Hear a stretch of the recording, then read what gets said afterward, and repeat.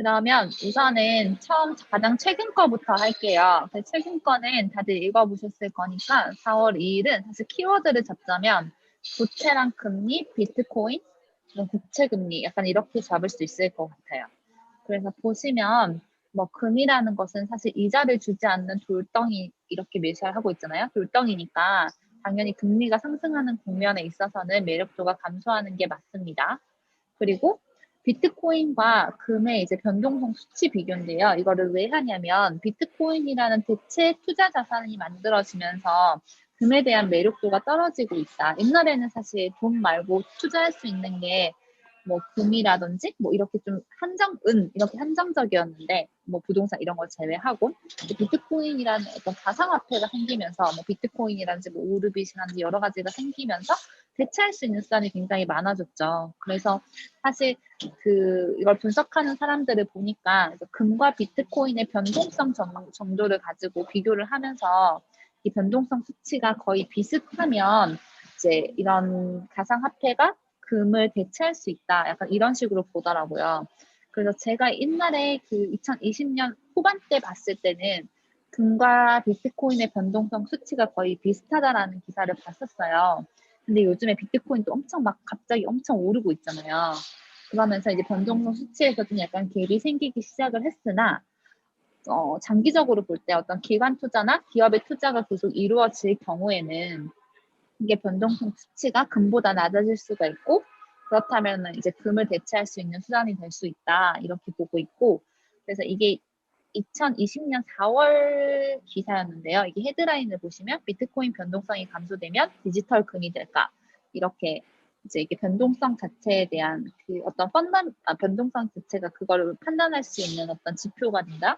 이거 좀 기억해 주시면 좋을 것 같고, 그래서 여기 보면은 이제 전문가들의 비트코인 변동성 이런 것들에 대한 분석이 나와 있는데, 그러면서 장기적으로는 어쨌든 금보다 좀 더 안정적인 변동성을 가져가지 않을까라는, 뭐 테슬라에서 투자를 하고 있고 기관 투자들도 이제 시작을 사실 한 상황이죠. 옛날에 헤지펀드나 사모펀드들만 했다면은 이제 기관에서도 그런 부서가 생기기 시작하고, 그런 부서가 생겼다는 건 돈이 융통된다는 이야기니까 이제 그러한 이야기들이 좀 나왔던 것 같습니다. 네. 그러면 오션님 여기 조금 보충해 주실까요? 네, 위에 올려주시면 네. 이거 여기서? 전체군 네, 아, 죄송합니다. 네, 네. 뭐 저는 간단하게 제가 정리하면서 읽었고요. 뭐 금은 뭐 포트폴리오 넣을 만하다. 금리 추이를 생각하니까 결국 금이 반비례하잖아요. 통화량이 많아지면은 금값이 오르고 돈이 희소해지면 뭐 금값 내려가니까 뭐 그 정도만 저는 생각했습니다. 네, 좋습니다. 그래서 혹시 금에 물려 계신 분들 계시면 이제 장기적으로 봤을 때 패드에서 금리가 너무 많이 올라가면 이렇게 주저할 수 있는 가능성이 있다, 뭐 이런 얘기들이 나오잖아요. 그럼 그때 잘 탈출하시거나 더 투자를 하시거나 그렇게 하시면 좋을 것 같고, 그럼 그다음 이때 금은 금 ETF를 말씀하신 거예요? 금에 물려 금 ETF도 있고, 그다음에 뭐 다른 한투 증권에 가면 금현물 투자도 있고, 네, 금을 투자할 수 있는 방법은 여러 가지가 있는데 가장 좋은 거는 그때 저희가 초반에 한번 금 투자하는 거 비교를 했었잖아요. 제일 좋은 방법은 제가 증권사는 모르겠지만 금환물 투자하는 게 있거든요.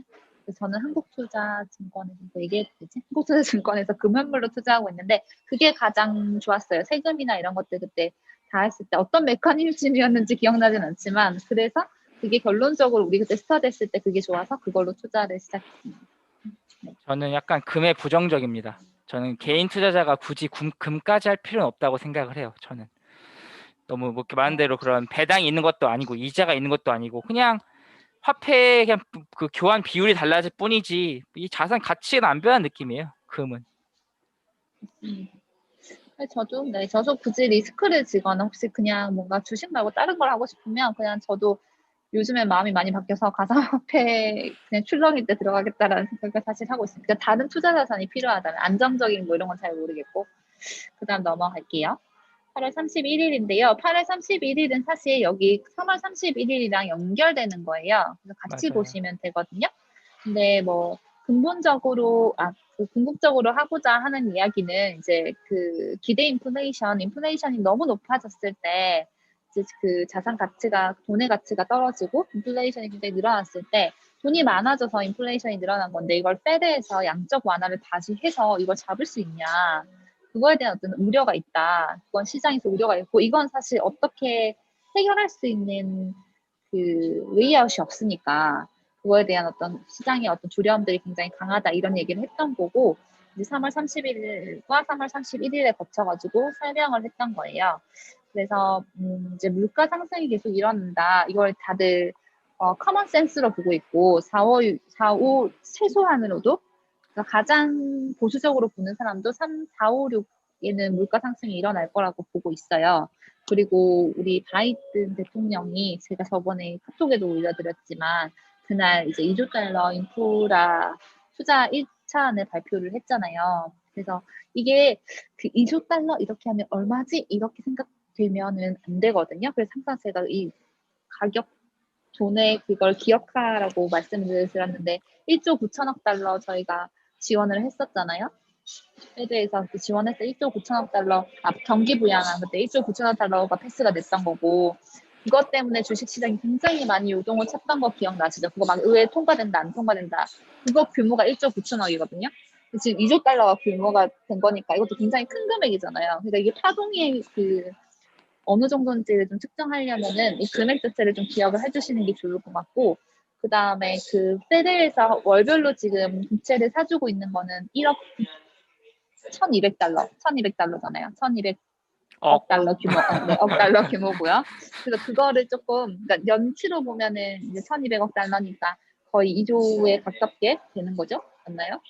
1조 9천억? 2조 5천억? 뭐 이 정도니까 그런 임팩트를 보려고 하기 위해서 이 규모 돈을 좀 기억을 하셔야 되거든요. 그래서 그걸 좀 기억을 해준 상태에서 보면은 2조 달러라는 게 굉장히 큰 금액이다라고 보시면 되고 이게 풀리면서 주식시장을 계속 미국장을 보셨으면은 굉장히 훈풍이 불었고 이 훈풍이 한국장에 또 이어졌다는 거를 이게 차차 느끼실 수 있었을 것 같아요. 이번에 그 목금에 굉장히 또 성장주들이 많이 올랐죠. 그래서 그런 것들이 좀 연계되어 있다고 보시면 좋고 근데 여기서 가장 중요했던 건 뭐냐면 이제 2조 달러가 통과가 됐고 그다음에 올 4월 말에도 또 2조 달러가 추가로 지금 통과될 예정이에요. 그래서 총 4조 달러의 규모거든요. 부양책이요. 그럼 이게 부양책의 규모가 되면은 우선 첫 번째로는 그 경기가 살아나겠죠. 사람들이 막 일자리도 많이 가지고 월급도 많이 받으니까 돈을 막 쓸 거잖아요. 그럼 이게 또 물가가 상승할 거고 인플레이션에 대한 우려가 올 거예요. 이거 하나 생각을 하시면 좋고 두 번째로는 이 부분 되게 중요한데 이게 저희가 항상 두려워했던 부분이에요. 이 바이든 대통령이 이런 인프라 투자를 한다고 했을 때 국채를 사서 국채로 사가지고 이제 국채로 이제 투자를 하면 그 국채 이자가 또 올라갈 거잖아요. 그거에 대한 엄청 불안감이 많았는데 뭐 국채 발행으로 하는 부분도 어느 정도 있겠지만 주로 조세를 하겠다라는 이야기를 했어요. 액빅 이러면서 조세를 하겠다는 생각을 했고 그다음 박세익 그때 우리 저희 유튜브 공부했을 때도 들으셨겠지만 증세를 많이 할 거라는 얘기 했었잖아요. 그래서 이거는 7, 8월에 이제 빅테크 기업의 증세가 거의 이제 뭐 거의 원래 확정되어 있지만 더 확정되어 있는 상황이고 그걸 투자적 측면으로 본다면은 또 이때 매수 타이밍 혹시 하실 분들은 매수 타이밍이 될 수도 있겠다라고 보시면 좀 좋을 것 같고 그래서 이러한 시나리오들이 있으니 이런 것들을 좀 보시면 좋고 그다음 어쨌든 이 2조 달러가 증세로 간다고 해서 국채 시장에서 그렇게 타격이 그렇게 크지 않았다. 2조임에도 불구하고 이런 일들이 있었습니다. 그래서 이게 30일과 31일을 같이 짬뽕해서 말씀드린 거예요.